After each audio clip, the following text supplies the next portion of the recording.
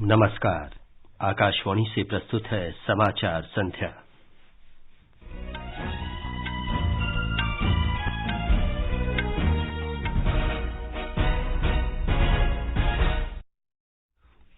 उत्तर प्रदेश के तीसरे चरण और पंजाब में सभी विधानसभा सीटों के लिए कल होने वाले चुनाव की तैयारियां पूरी। उत्तर प्रदेश में सुबह 7 बजे से शाम 6 बजे तक और पंजाब में सुबह 8 बजे से शाम 6 बजे तक वोट डाले जाएंगे।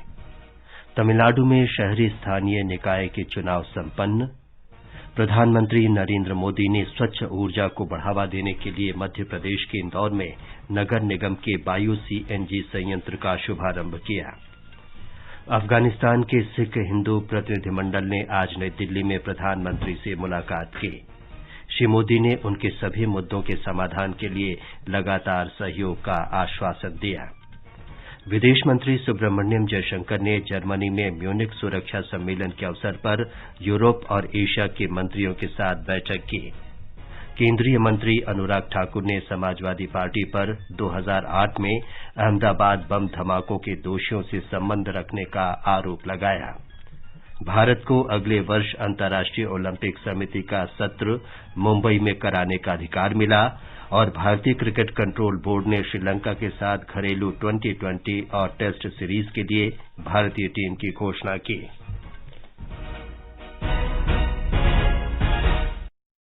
समाचार संध्या में वीरेंद्र कौशिक के साथ मैं विमलेंदु पांडे। कोरोना वायरस के नए स्वरूप ओमिक्रॉन को देखते हुए आपसे अपील है कि सतर्क रहें और पूर्ण टीकाकरण कराएं। 15 से 18 वर्ष के किशोरों और अन्य लोगों के टीकाकरण में भी मदद करें। सुरक्षित रहने के लिए कृपया 3 सरल उपायों का पालन अवश्य करें। मास्क पहनें, 2 गज की सुरक्षित दूरी बनाए रखें और हाथ और चेहरा साफ रखें। कोविड से संबंधित किसी भी जानकारी और मार्गदर्शन के लिए राष्ट्रीय हेल्पलाइन नंबर 011-2397-8046 और 1075 पर संपर्क करें। अब समाचार विस्तार से। उत्तर प्रदेश में विधानसभा चुनाव के तीसरे चरण और पंजाब विधानसभा की सभी सीटों के लिए कल होने वाले मतदान की तैयारियां पूरी कर ली गई हैं। उत्तर प्रदेश में सुबह 7 बजे से शाम 6 बजे तक और पंजाब में सुबह 8 बजे से शाम 6 बजे तक वोट डाले जाएंगे। उत्तर प्रदेश में अतिरिक्त मुख्य कार्यकारी अधिकारी श्री ब्रह्मदेव ने बताया कि तीसरे चरण में 97 महिलाओं सहित कुल 627 उम्मीदवार मैदान में हैं।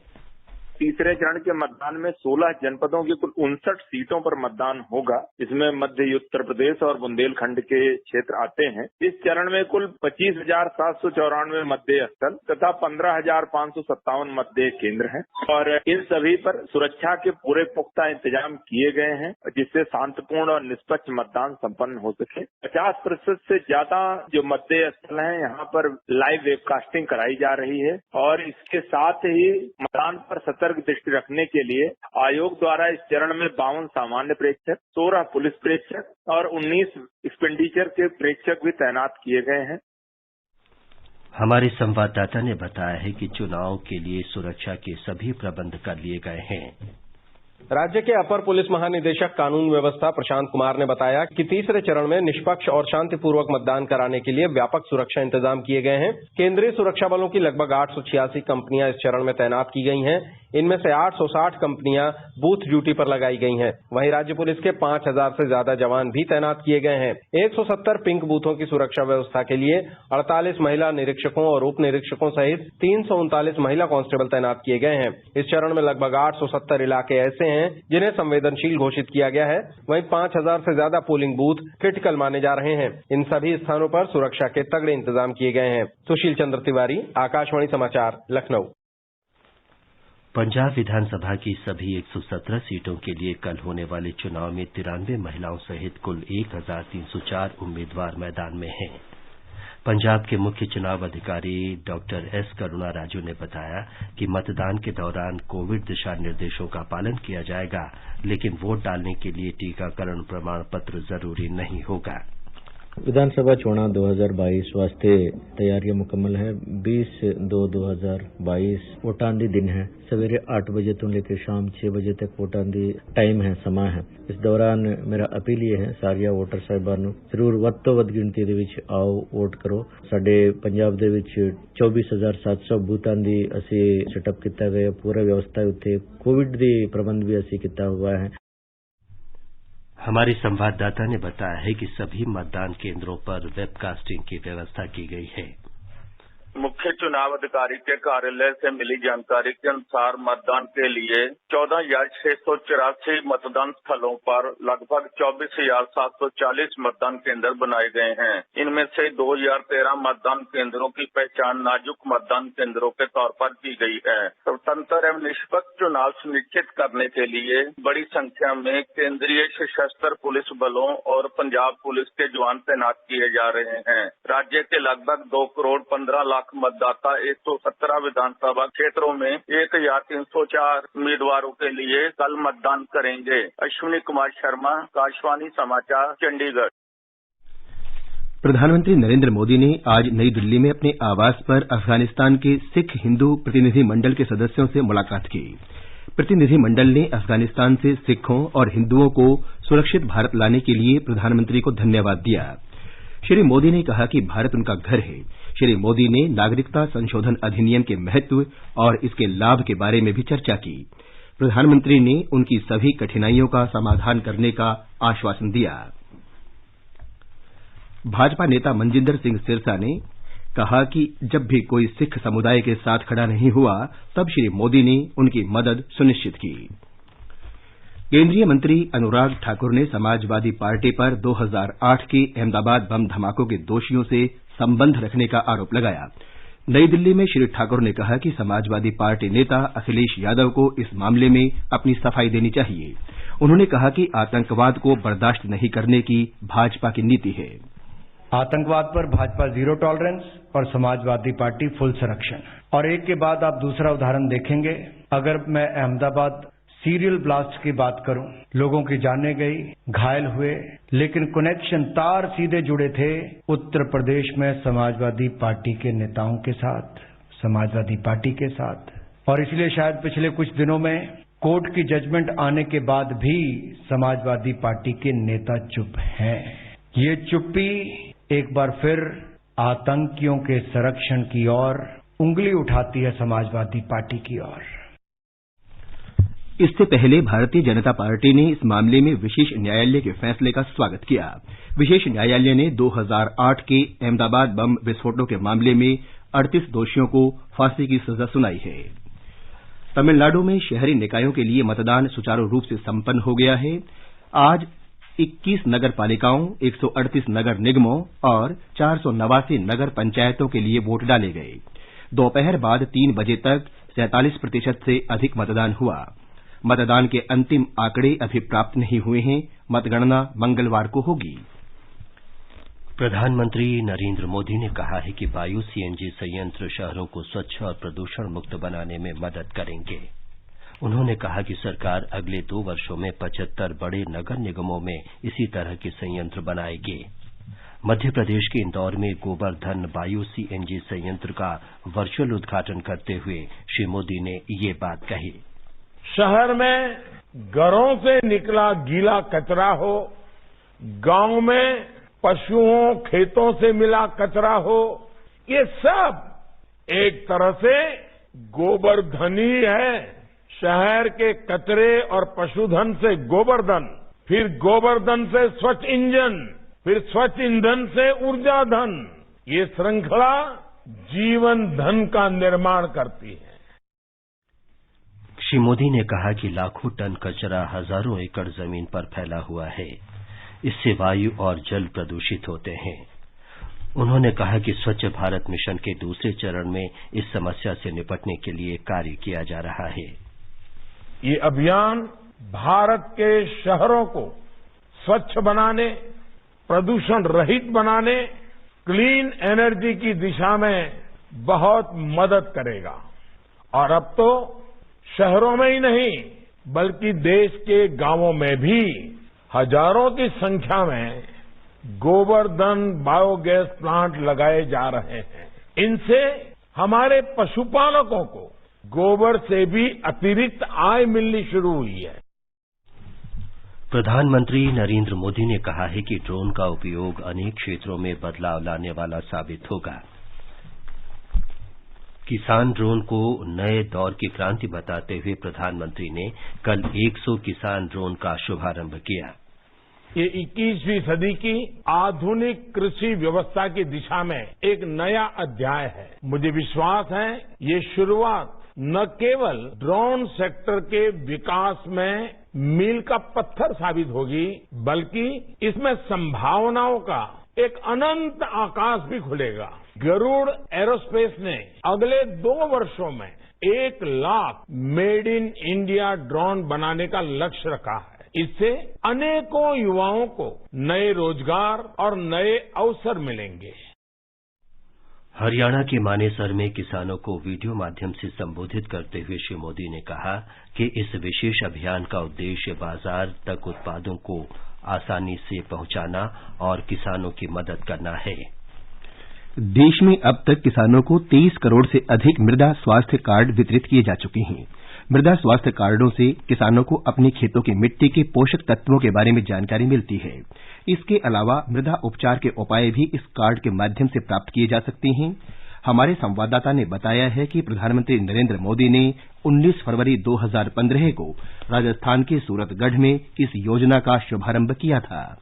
मिट्टी का स्वास्थ्य बनाए रखने की दिशा में पहली बार प्रधानमंत्री नरेंद्र मोदी के नेतृत्व में केंद्र सरकार ने 7 साल पहले मृदा स्वास्थ्य कार्ड योजना की शुरुआत की थी। इस योजना का उद्देश्य हर 2 साल में किसानों को मृदा स्वास्थ्य कार्ड जारी करना है, ताकि मिट्टी में पोषक तत्वों की कमी को दूर किया जा सके। उर्वरकों के समुचित इस्तेमाल और मिट्टी के स्वास्थ्य की देखभाल में मदद देकर इस योजना ने न केवल किसानों की उपज और आय में वृद्धि की है, बल्कि उनके जीवन में भी खुशहाली लाई है। देश भर में 11,500 से अधिक नई मृदा परीक्षण प्रयोगशालाओं को चालू किया गया है। इसके अलावा मृदा विश्लेषण क्षमता भी 1 करोड़ 78 लाख से बढ़कर 3 करोड़ 33 लाख नमूने प्रतिवर्ष हो गई है। दीपेंद्र कुमार, आकाशवाणी समाचार, दिल्ली। ये समाचार हमारी वेबसाइट newsonair.com/hindi और हमारे mobile app news on AIR पर भी उपलब्ध हैं। बेटी बचाओ, बेटी पढ़ाओ, इसको निरंतर बल देना है और इसलिए उसके लिए एक सामाजिक सुरक्षा भी चाहिए। प्रधानमंत्री नरेंद्र मोदी के इसी विजन से मुमकिन हुई हमारी बेटियों के लिए सुकन्या समृद्धि योजना। आज ही डाकघर या बैंक जाकर सुकन्या समृद्धि खाता खोलें और बिटिया के नाम 250 रूपए से लेकर 1.5 लाख रूपए तक सालाना जमा करते रहें। इस पर सरकार आयकर छूट के साथ ज्यादा ब्याज भी देती है। समय आने पर कुछ पैसा उच्च शिक्षा के लिए और बाकी शादी के समय निकाल सकते हैं। सुकन्या समृद्धि खाता, बेटियों के सर्वांगीण विकास का संकल्प। अधिक जानकारी के लिए राष्ट्रीय बचत संस्थान की वेबसाइट nsiindia.gov.in पर जाएं। बीड़ी सिगरेट का हर कश आपको नुकसान पहुंचाता है। धूम्रपान की वजह से आपके दिल तक खून ले जाने वाली मुख्य नसों में जहरीले पदार्थ भर जाते हैं, जिससे दिल का दौरा पड़ सकता है।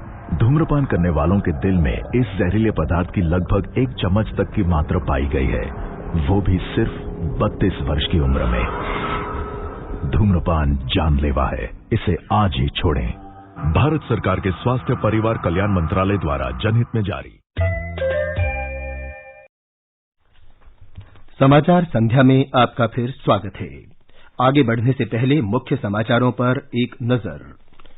उत्तर प्रदेश के तीसरे चरण और पंजाब में सभी विधानसभा सीटों के लिए कल होने वाले चुनाव की तैयारियां पूरी। उत्तर प्रदेश में सुबह 7 बजे से शाम 6 बजे तक और पंजाब में सुबह 8 बजे से शाम 6 बजे तक वोट डाले जाएंगे। तमिलनाडु में शहरी स्थानीय निकाय के चुनाव संपन्न। प्रधानमंत्री नरेंद्र मोदी ने स्वच्छ ऊर्जा को बढ़ावा देने के लिए मध्य प्रदेश के इंदौर में नगर निगम के बायो सीएनजी संयंत्र का शुभारंभ किया। अफगानिस्तान के सिख हिंदू प्रतिनिधिमंडल ने आज नई दिल्ली में प्रधानमंत्री से मुलाकात की। श्री मोदी ने उनकी सभी मुद्दों के समाधान के लिए लगातार सहयोग का आश्वासन दिया। विदेश मंत्री सुब्रमण्यम जयशंकर ने जर्मनी में म्यूनिख सुरक्षा सम्मेलन के अवसर पर यूरोप और एशिया के मंत्रियों के साथ बैठक की। केंद्रीय मंत्री अनुराग ठाकुर ने समाजवादी पार्टी पर 2008 में अहमदाबाद बम धमाकों के दोषियों से संबंध रखने का आरोप लगाया। भारत को अगले वर्ष अंतर्राष्ट्रीय ओलंपिक समिति का सत्र मुंबई में कराने का अधिकार मिला और भारतीय क्रिकेट कंट्रोल बोर्ड ने श्रीलंका के साथ घरेलू T20 और टेस्ट सीरीज के लिए भारतीय टीम की घोषणा की। राष्ट्रव्यापी कोविड टीकाकरण अभियान के तहत 175 करोड़ से अधिक टीके लगाकर एक कीर्तिमान स्थापित किया गया है। स्वास्थ्य मंत्री मनसुख मांडविया ने कहा कि प्रधानमंत्री नरेंद्र मोदी के नेतृत्व में विश्व का सबसे बड़ा टीकाकरण अभियान हर दिन नई ऊंचाइयों को छू रहा है। स्वस्थ होने की दर अब 98.21% हो गई है। स्वास्थ्य मंत्रालय ने पिछले वर्ष LIC आंकड़ों के आधार पर बड़े पैमाने पर मौतों की पुष्टि की मीडिया की खबरों को काल्पनिक और तथ्यों से परे बताया है। मंत्रालय ने कहा है कि मौतों के संबंध में खबरों को तोड़ मरोड़ कर पेश किया गया। उत्तर प्रदेश सरकार ने कोरोना संक्रमण में कमी को देखते हुए रात्रि कर्फ्यू हटाने का फैसला किया है। आज रात से ये आदेश लागू हो जाएगा। विदेश मंत्री डॉक्टर सुब्रमण्यम जयशंकर ने आज म्यूनिख सुरक्षा सम्मेलन की अलग यूरोप, एशिया और दुनिया के अन्य देशों के मंत्रियों के साथ बैठक की। डॉक्टर एस जयशंकर ने रोमानिया, मंगोलिया और स्वीडन के विदेश मंत्रियों तथा अन्य प्रतिनिधियों के साथ बैठक की। रोमानिया के विदेश मंत्री बोगदान आरेस्कू के साथ बैठक में डॉक्टर जयशंकर ने गतिशीलता, साइबर, अंतरिक्ष रक्षा, आपदा प्रबंधन और स्वास्थ्य के मुद्दों पर चर्चा की। स्वीडन विदेश मंत्री एन लिंडे के साथ विदेश मंत्री ने द्विपक्षीय सहयोग की प्रगति और संबंधित राष्ट्रीय सुरक्षा चुनौतियों पर चर्चा की। डॉक्टर एस जयशंकर और मंगोलिया के विदेश मंत्री बत्सिस्सीग बंटमुख ने ऊर्जा, IT और कोयला क्षेत्रों सहित विभिन्न मुद्दों पर सहयोग पर चर्चा की। विदेश मंत्री ने यूरोपीय संसद के सदस्यों के साथ भी मुलाकात की और पारदर्शिता, विश्वसनीयता, आपूर्ति श्रृंखला और विश्व व्यवस्था पर चर्चा की। उन्होंने मजबूत भारत यूरोपीय संघ सहयोग के लिए प्रतिबद्धता दोहराई। इससे पहले डॉक्टर एस जयशंकर ने सिंगापुर के रक्षा मंत्री NG इंग हेन से मुलाकात की। उन्होंने द्विपक्षीय और आसियान से संबंधित रक्षा सहयोग तथा महत्वपूर्ण क्षेत्रीय मुद्दों पर भी चर्चा की। विदेश मंत्री ने अमेरिका के पूर्व रक्षा मंत्री जेम्स मैटिस से भी मुलाकात की।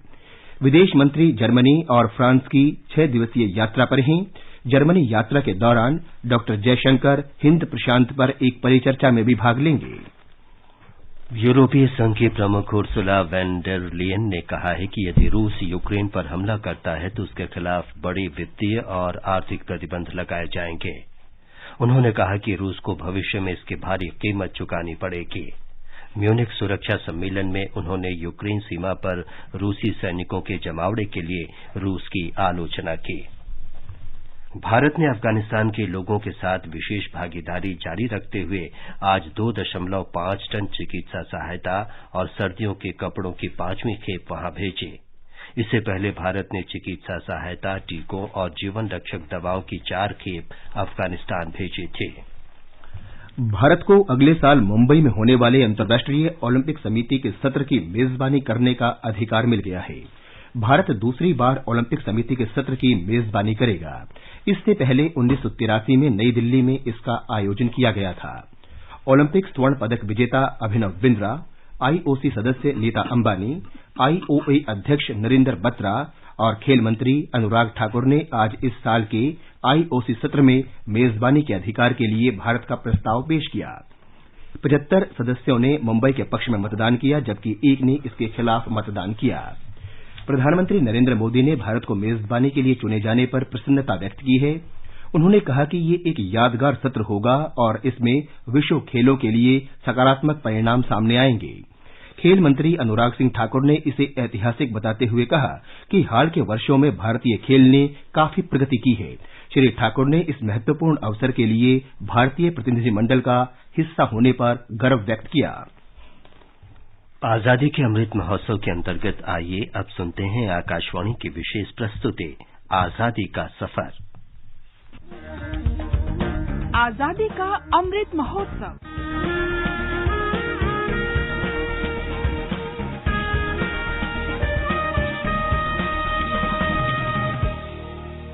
आजादी का सफर आकाशवाणी के साथ। भारत का गौरवशाली स्वतंत्रता संग्राम आधुनिक विश्व के अब तक के सबसे बड़े संघर्षों में से एक है। आकाशवाणी समाचार आपके लिए प्रतिदिन लेकर आता है इस संघर्ष की एक झलक।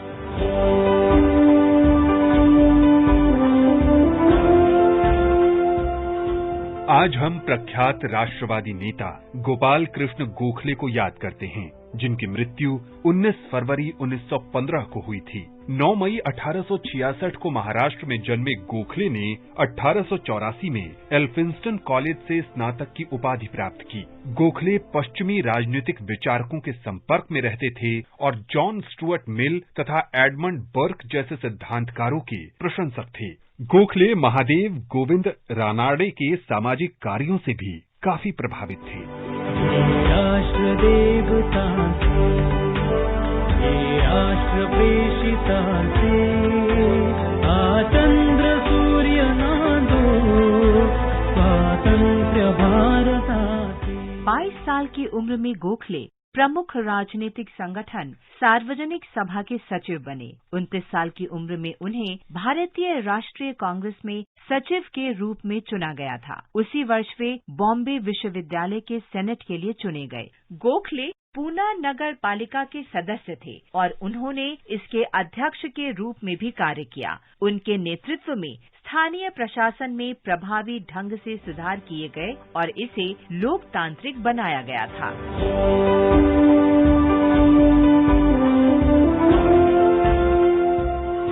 1899 में वे बॉम्बे लेजिस्लेटिव काउंसिल के लिए चुने गए और 1902 में वे इंपीरियल लेजिस्लेटिव काउंसिल में निर्वाचित हुए। इंपीरियल लेजिस्लेटिव काउंसिल में अपने कार्य में निपुणता के कारण वे सबसे प्रतिष्ठित सदस्य माने जाते थे। वर्ष 1905 में गोखले अपने राजनीतिक जीवन के शीर्ष पर थे। वो भारतीय राष्ट्रीय कांग्रेस के अध्यक्ष चुने गए और उन्होंने सर्वेंट्स ऑफ इंडिया सोसाइटी की स्थापना की, जो राष्ट्र की उन्नति के लिए समर्पित एक राष्ट्रवादी संस्था थी। ब्रिटिश सरकार के समक्ष भारत की मांगों को रखने के लिए कांग्रेस ने उन्हें विशेष मिशन पर इंग्लैंड भेजा था।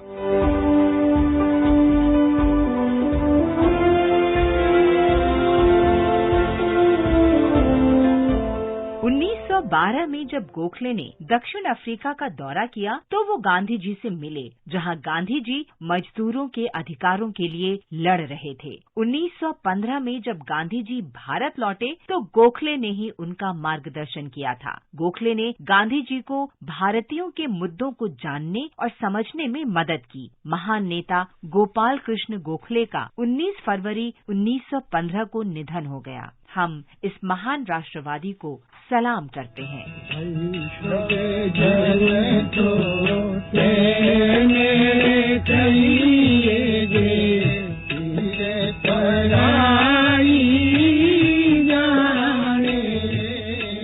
हम गांधीवादी विचारक और कार्यकर्ता धर्मपाल को भी याद करते हैं, जिनका जन्म 19 फरवरी 1922 को मुजफ्फरनगर में हुआ था। धर्मपाल बचपन से ही महात्मा गांधी से बेहद प्रभावित थे। 1940 में गांधी जी के व्यक्तिगत सत्याग्रह के आह्वान पर वे स्वतंत्रता संग्राम में शामिल हो गए। 1942 में उन्होंने स्नातक की पढ़ाई छोड़ दी और भारत छोड़ो आंदोलन में सक्रिय रूप से शामिल हुए। उन्होंने गांधी जी की शिष्या मीराबेन के साथ भी काम किया।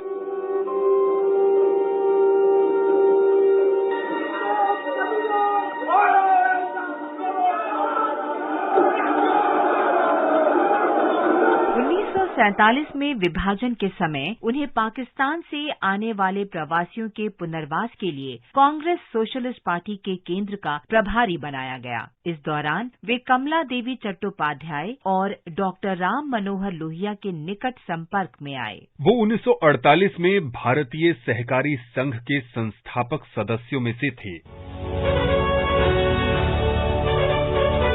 1966 से धर्मपाल ने ब्रिटिश द्वीपों में फैले भारतीय अभिलेखागारों की खोज के लिए खुद को समर्पित कर दिया। उन्होंने पूर्व ब्रिटिश भारतीय समाज की प्रकृति और कार्य प्रणाली पर कई पुस्तकें प्रकाशित की। उनके कुछ मौलिक कार्यों में civil disobedience and Indian tradition, the beautiful tree, indigenous Indian education in the 18th century शामिल है। उनके शोध ने भारतीय सांस्कृतिक, वैज्ञानिक और तकनीकी उपलब्धियों की समझ में नव ऊर्जा का संचार किया। उनके लेखन का संग्रह भारत सरकार के प्रकाशन विभाग ने प्रकाशित भी किया है। धर्मपाल गांधी जी के वर्धा सेवाग्राम आश्रम से जुड़े थे। इसे उन्होंने अपना मुख्य निवास स्थान बना लिया था। 24 अक्टूबर 2006 को यहीं उन्होंने अंतिम सांस ली। इस महान आत्मा को आकाशवाणी की श्रद्धांजलि। इसके साथ ही आजादी का सफर आकाशवाणी समाचार के संग श्रृंखला का ये अंक समाप्त हुआ। मिलते हैं कल अगली कड़ी में।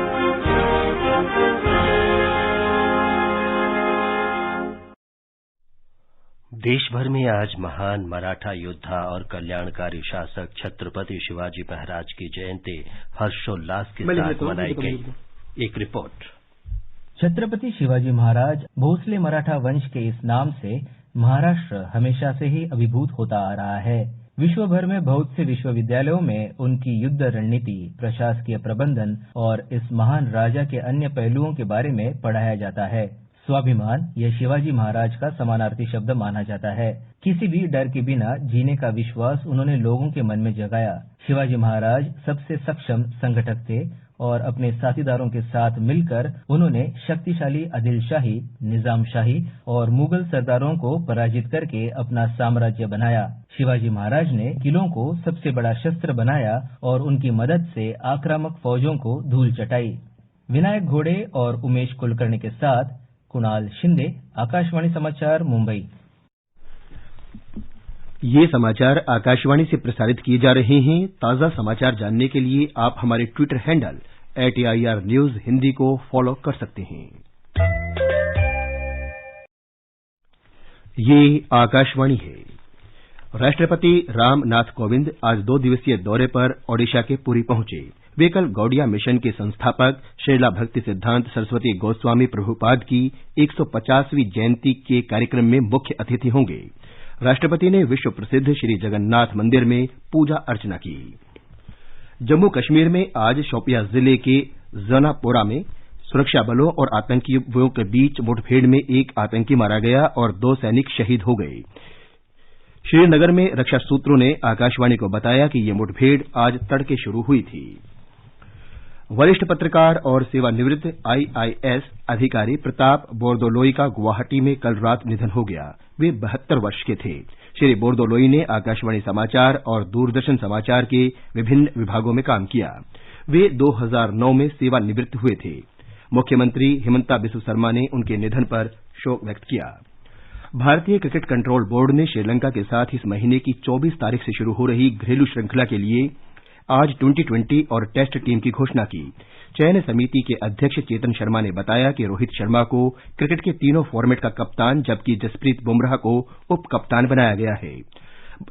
बल्लेबाज चेतेश्वर पुजारा, अजिंक्य रहाणे, गेंदबाज ईशांत शर्मा और विकेटकीपर रिद्धिमान साहा को टीम में शामिल नहीं किया गया है।